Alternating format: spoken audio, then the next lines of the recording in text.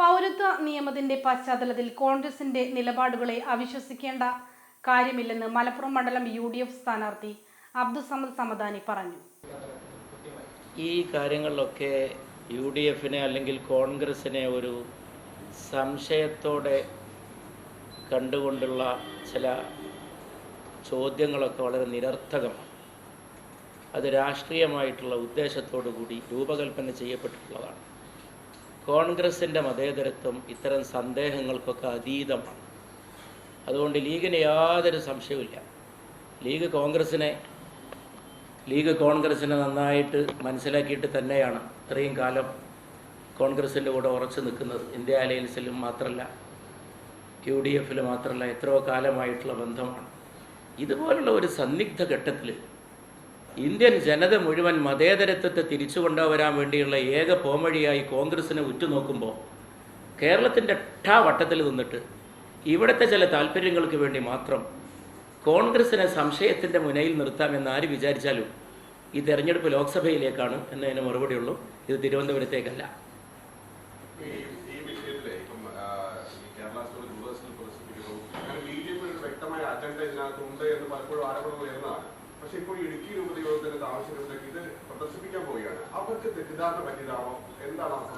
നമുക്ക് ഒരു രീതിയിലുള്ള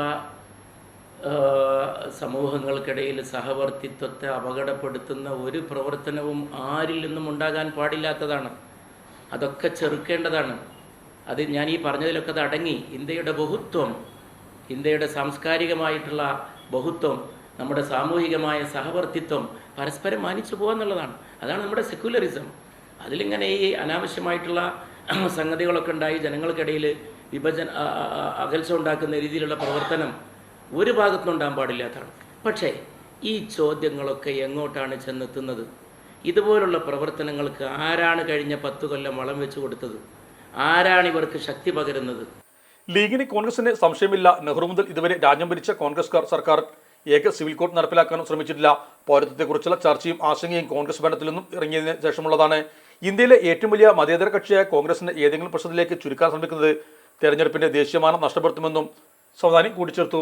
വിദ്വേഷ പ്രശ്നങ്ങളാണ് ഇന്ത്യയിലെ ഇപ്പോഴത്തെ പ്രധാന പ്രശ്നം. ഇതിനെതിരെ കോൺഗ്രസ് സർക്കാരുകൾ ശക്തമായി നടപടി സ്വീകരിച്ചിരുന്നു. ഇപ്പോൾ അധികാരത്തിലിരിക്കുന്ന വർഗീയ ധ്രുവീകരണ പ്രവർത്തനങ്ങൾക്ക് ശക്തി പകരുന്നു. കേരള സ്റ്റോറി സിനിമ പോലെയുള്ള സഹവർത്തിത്വത്തെ അപകടപ്പെടുത്തുന്ന പ്രവർത്തനങ്ങൾ ത്വരിതപ്പെടുത്തേണ്ടതാണ്. തിരഞ്ഞെടുപ്പിനെ ദേശീയമായി കാണണം. ഏതെങ്കിലും പ്രാദേശിക പ്രശ്നത്തിലേക്ക് അതിനെ ചുരുക്കാൻ ശ്രമിക്കുന്നത് അപകടം ചെയ്യും.